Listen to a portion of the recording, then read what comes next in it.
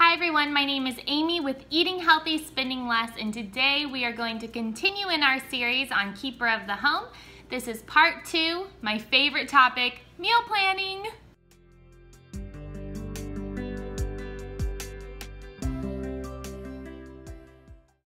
So each week we are going to be diving deeper into what it means to be a keeper of the home.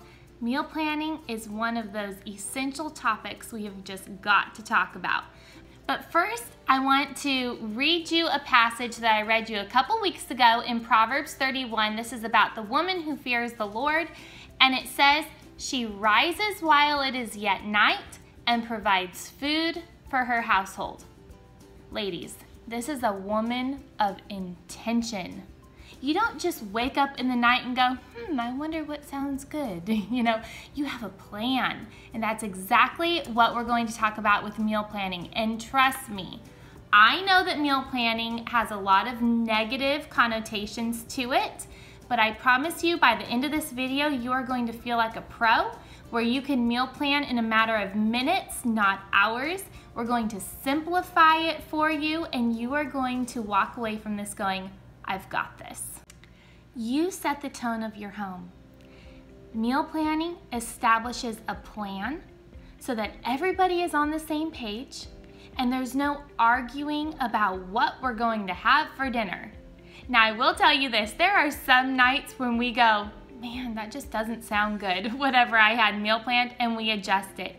And we'll talk about having some quick fix meals that you can always go to, because these are ingredients that you will keep on hand. They're your go-to quick fix meals when you don't want what's on the menu plan. But first, let's talk about why meal planning is so hard for people.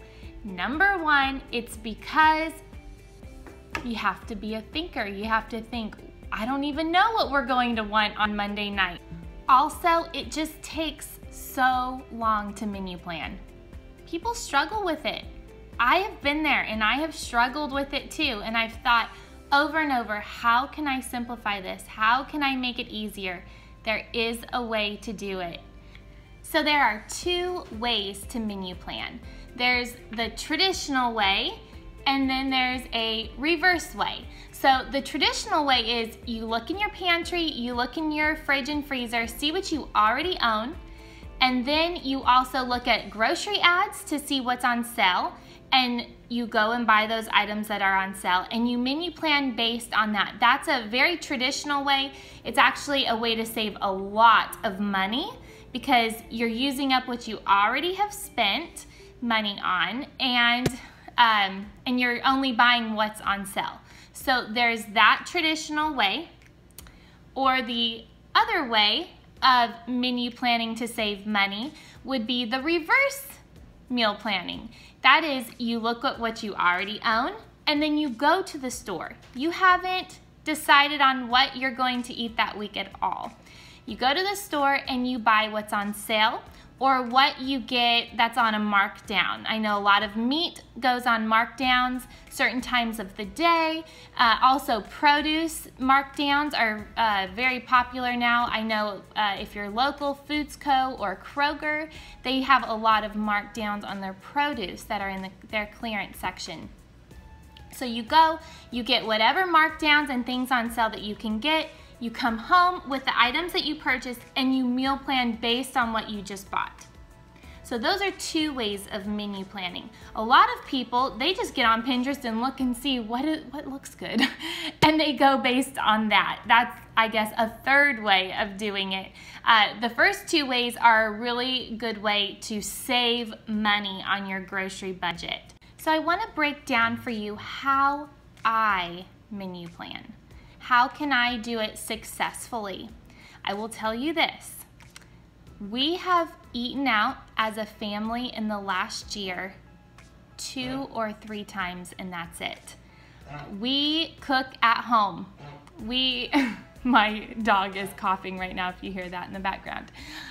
We cook at home for breakfast, lunch, and dinner, dessert. We do it all here in this kitchen, and yes, it gets dirty a lot, but that's just a choice that we make. We choose to eat at home more than we do eating out. So we do not have an eating out budget, If we do eat out, it is very rare. I have simplified my menu planning because it's a lot to menu plan every single week, and I want to make it as easy as I possibly can. So here's what we do. We have about 2 to 3 different breakfasts that I make throughout the week. These do change week by week, so we're not just bored with what we're eating. I also love making sourdough bread, so I have a sourdough starter, and I love making different recipes with my starter, like English muffins, and like this morning we had sourdough donuts, muffins, things like that. But generally speaking, we eat the same 2 to 3 breakfasts, which is toast and fruit, and we love having oat bowls. My oat bowl recipe is actually in my summer schedule video, and I will put a link for that below. But we absolutely love our oat bowls and eat that pretty much every day. My husband loves having breakfast bars, and I make those often for him almost every week. Those are also on my website, and there's a video for my 4-ingredient breakfast bars. Lunches tend to be the same. It's either leftovers or it's a sandwich with fruit. Popcorn, I like to make Nibble plates for the kids. That's also in another video here on YouTube. But let's break down how to do dinner. So what I've done is I've broken it into days. What we do on Monday, and then we have kind of a theme night each night to choose from what we're going to eat, and then we always have leftovers. So Mondays are meant for mostly Italian type food. So generally I make a pasta dish with some roasted broccoli or some sort of green vegetable. I'm always looking to put greens into our diet, lots of greens into each meal. So if you eat meat, maybe you like to do a meatless Monday. So that's what we do for Monday. Most of the time it's Italian. Tuesdays, Taco Tuesday. We do a lot of Mexican food. This week on my menu plan, I have enchiladas suizas, and so we're going to have that on Tuesday night. And then Wednesday night is for leftovers. So between Monday and Tuesday, whatever we have in the fridge, we heat that up generally in the microwave or the oven, and we have leftovers on Wednesdays. It just makes it so much cheaper to have a whatever Wednesday, a leftovers night. On Thursday, I like to try a new recipe, generally from Pinterest or from one of my favorite cookbooks. On Friday, we like to do either pizza or sandwiches and smoothies, something real easy where we can eat on the back patio and just kind of enjoy the evening. On Saturdays, we tend to do soup and scones, but if it's too hot, then I like to do a salad and scones. And then on Sundays, it's always a big meal. So we like to do a big lunch on Sundays after church, and then we do a lighter dinner that night. So for lunch, we typically do rice and beans with homemade tortillas. It's kind of a carby meal, but we do lots of sides like lettuce and avocado and corn and olives and all this stuff. And my kids love it. They always say it's their favorite meal of the week, and it's super easy to make and very cheap. And then for dinner, it's normally like oatmeal, or sometimes I'll do like oatmeal cookies or muffins or something to do with oatmeal.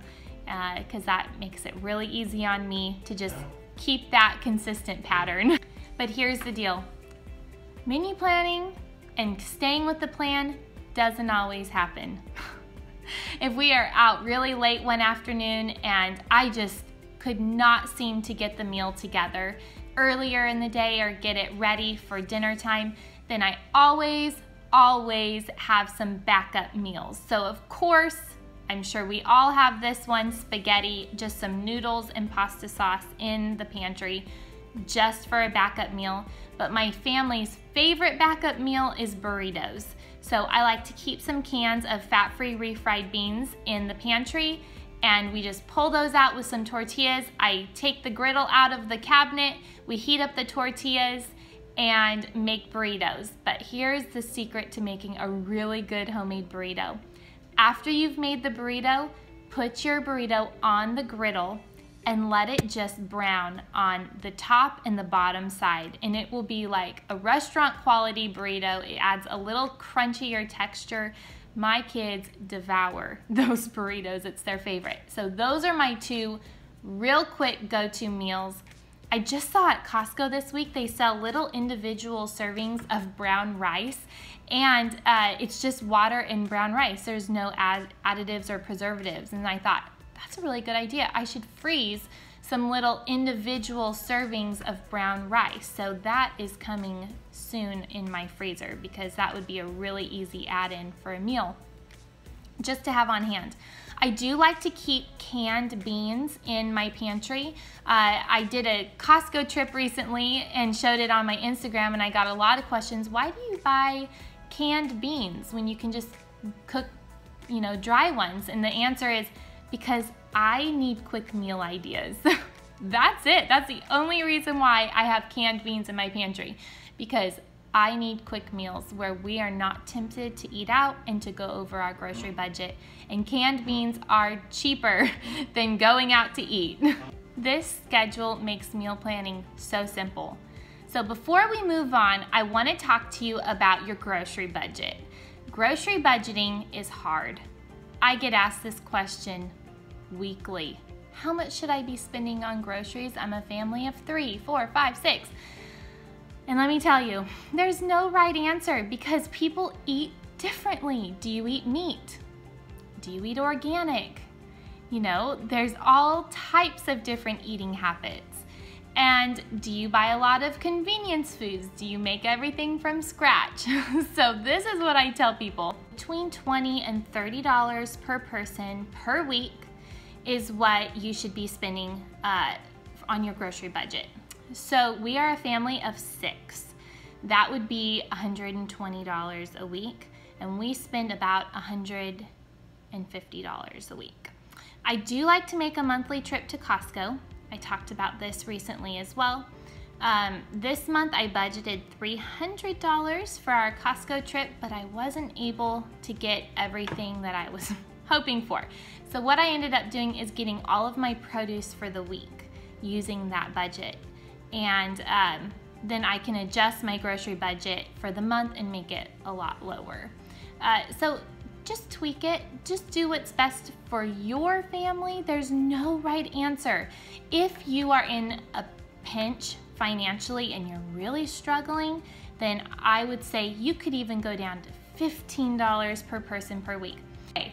Snacks are budget busters.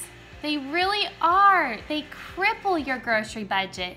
They make it to where you can't even breathe because you don't even have enough money to make meals the rest of the week. So stop buying snacks. It's not doing you any favors, okay? Snacks are overrated. Okay, snacks just became popular in the 1900s. Think about all the years that the earth has been here, and buying convenience snacks is really still a new concept, okay? And it doesn't even need to be that way. If you are hungry for like a mid-morning snack or an afternoon snack, or your kids are hungry, you don't have to reach for a packaged granola bar in the pantry. You reach for things, well, here's what I say. I say ingredients. You reach for ingredients. So we love fruit. I love putting out some sliced apples for the kids with some peanut butter. I love just chopping up some berries and putting them on the counter. Some carrots and hummus is a great option. Make some smoothies and freeze them in popsicle molds and you have some popsicles. That's what our snacks are. I do keep some pretzels in the pantry because it just makes life really easy. I also love buying dried fruit like raisins or craisins or apricots, nuts and seeds. I like to buy those at Trader Joe's a lot of times, and that concludes our snacks in our house. I don't go all crazy.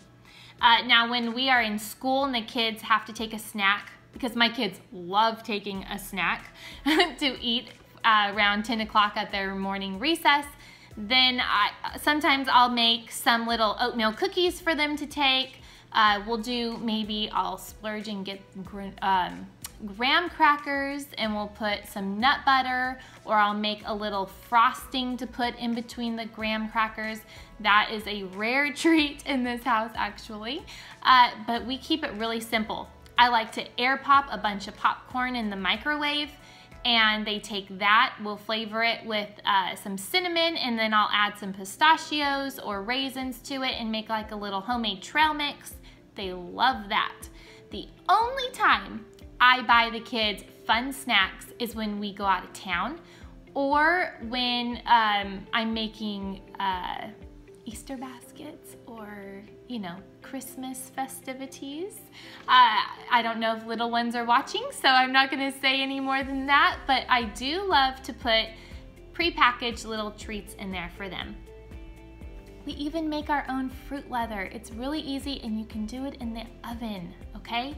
So that concludes my snacks. I want to talk to you about the importance of meal prepping and ingredients. So just like I said, we do not buy prepackaged foods. We do not meal plan based on frozen lasagnas and things like that, which I don't want to really put that down, because I think frozen lasagnas are pretty good. I think people like those. But anyways, let's talk about ingredients, the importance of them. Ingredients cut down your budget. So buying packaged dry brown rice and dry beans, or buying potatoes over instant, this is where you're going to really save so much money. So when I am meal planning, a lot of times if we do maybe Tuesday nights, we choose to have burrito bowls, I will double the amount of brown rice that I cook. The next morning, we will have that leftover brown rice to make our warm rice cereal. The recipe's on my website.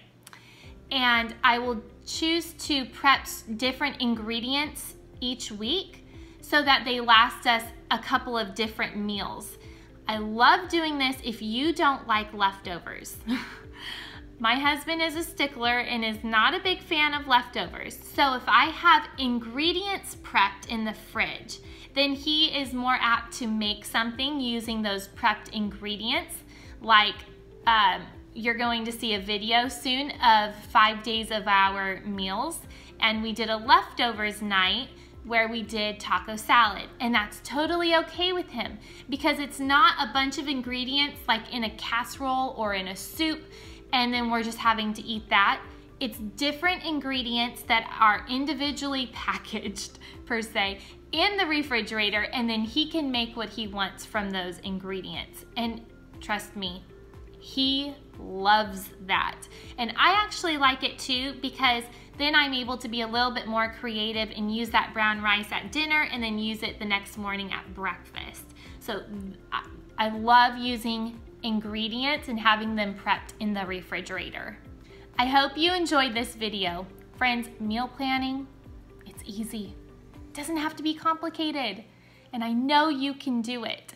So sit back, watch what we eat over the next 5 days. This is in place of a food tip or a recipe. I just want to give you ideas of how easy it is to meal plan, and let me know in the comments if you liked it. I hope that you have a blessed week, and I will catch up with you next week as we continue in our series, Keeper of the Home. Day 1, we had some simple chili and cornbread. I just took some dried pinto beans and black beans and soaked them overnight, and after I rinsed them, I added fresh water and cooked them on the stove with some chopped up onion and garlic. After those were done cooking until soft, then I added some canned tomatoes and seasonings to make the perfect chili. This just sat on the stove on low heat for another 45 minutes, and it cooked until all those flavors were blended nicely together. Then I made my oatmeal cornbread muffins. This recipe is on my website. It makes about 12 muffins, and they are absolutely delicious and full of flavor. At the end, I just put this all in a bowl together. My kids love having it served with some sliced avocado on top, and it really is a complete meal. I hope your family enjoys this meal as much as mine does. Day 2, we had company come over for dinner, and we decided to have taco salads. I just made a big bowl of lettuce with all kinds of toppings like peppers, black beans, corn, some avocado, and salsa, and it was just a spectacular meal out in the backyard. Everyone got to put together what they wanted. We bought some fun chips that we don't typically buy, and we just had a really great time. Day 3, it was all about those leftovers. I wanted to use those up before they went bad. And as you can see here, I'm taking some tortillas and I made me some tortilla shells for taco salad. But for the kids, they just wanted the fun chips. So that was their dinner. Now my oldest here, she wanted a tostada shell and she loves putting together her own food. So that's what she was doing here. And then here's mine with my tostada shell, and I just love how it turned out. I love using this Trader Joe's chili lime seasoning. It is so good. And also this Good Foods queso dip is just delicious. So I hope you will try this at your home too. Day 4, we decided to have corn soup and scones, and it starts off with just chopping up a bunch of vegetables like onions, garlic, celery, some carrots, and one thing I want to tell you about is sweet potatoes. If you want your kids to eat soup, make sure you add a sweet potato. It's just so good. And then of course a bag of frozen cauliflower. It makes the soup so creamy. Then I added some potatoes. Now these potatoes, I wanted to keep them as big as possible so they don't break down, and then I just cooked it with some veggie broth. Then I decided to steam some kale, Swiss chard, and spinach from the garden. This is such a great add-in to soup. I just put the greens in the bottom of a bowl and then I add the soup. Here I'm just taking out the potatoes because I don't want to puree those, but I do want to puree the rest of the soup before adding in a ton of frozen corn. It's so good. Next, I decided to make my scones. This is using oat flour and almond flour, so they are gluten-free. And then I added a bunch of fresh blueberries. Here I'm just putting them in a disc form, and then I'm going to cut them into little pie pieces before I place them in the oven. Unlike traditional scones where you would separate the dough, you actually let them cook for a little bit before separating them, and then they come together in one piece much better. They were so good. Here I'm just plating it up. Some greens first, then a couple spoonfuls of soup, and I love adding my vegan Parmesan cheese on top. It just adds so much delicious flavor, and the kids just really love it. So I always make sure to add some of that. And then of course, a scone. Yum. Day 5, I made sourdough pizza bagels. The night before, I made my bagel dough, and then I let it sit overnight to ferment and to double in size. And then the next day, I portioned it out into 16 bagels and rolled each one into that perfect dough ball form. After I let them rest, then I inserted my thumb in the middle of each piece of dough and I formed each piece into a bagel. Then I boiled them each 1 minute per side until they were ready and done, and then I baked them in the oven to finish up the baking process. Come dinner time, I put some homemade pizza sauce on each bagel half, and then I put some of our favorite toppings, which included cheese. My husband loves sun-dried tomatoes, some sliced up Applegate pepperoni, and olives. Eating meat and cheese is a luxury in our house, and so the kids really enjoyed it. And then I also had pizza with my vegan cheese. Here is our delicious Friday night dinner. We absolutely love having pizza on a Friday night with some fresh fruit. And then I also made a quick punch using mango juice and sparkling water. Thank you so much for joining me today, and I'll see you next week.